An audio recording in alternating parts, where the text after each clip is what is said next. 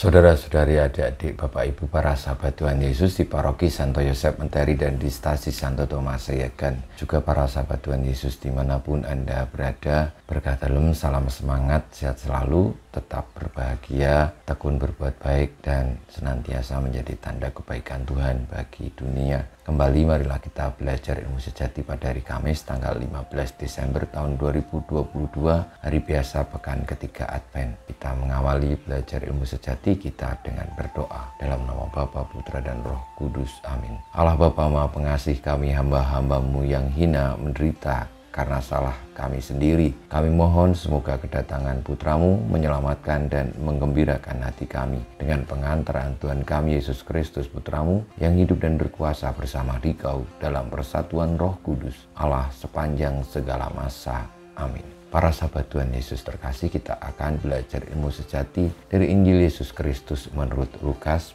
bab 7 ayat 24 sampai dengan 30. Yesus berbicara kepada orang banyak tentang Yohanes. Untuk apakah kalian pergi ke padang gurun, melihat buluh yang digoyangkan angin kian kemari? Atau untuk apakah kalian pergi, melihat orang yang berpakaian halus, orang yang berpakaian indah dan yang hidup mewah, tempatnya di istana raja? Jadi untuk apakah kalian pergi, melihat nabi? Benar, dan aku berkata kepadamu, bahkan lebih dari nabi.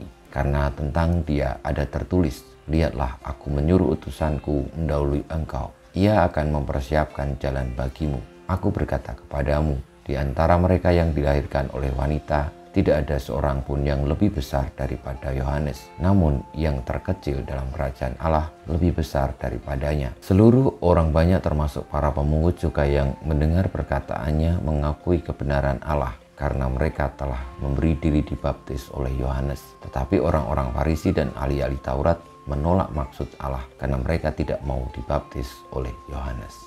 Demikianlah sabda Tuhan, terpujilah Kristus. Para sahabat Tuhan Yesus yang terkasih, dalam Injil diceritakan bahwa orang-orang Farisi dan ahli-ahli Taurat menolak maksud Allah karena orang-orang ini tidak mau dibaptis oleh Yohanes. Kenapa kira-kira orang-orang Farisi dan ahli-ahli Taurat tidak mau dibaptis?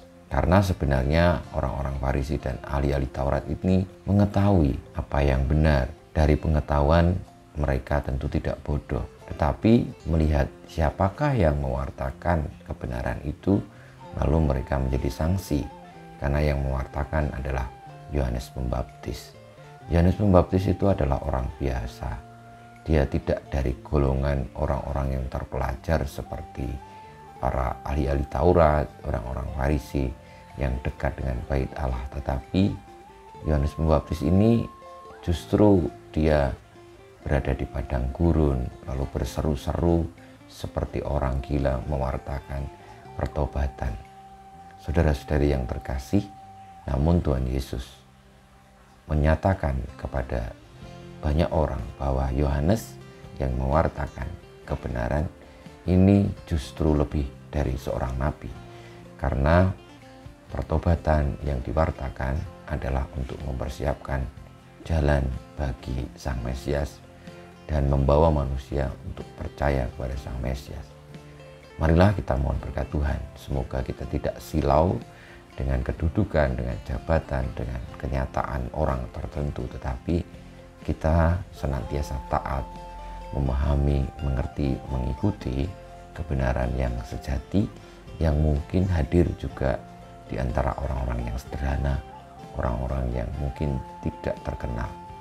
Semoga kita memiliki hati seperti hati Tuhan Yesus, seperti hati Yohanes yang dalam perjuangan hidupnya senantiasa berkomitmen untuk menjunjung tinggi dan memperjuangkan kebenaran selalu.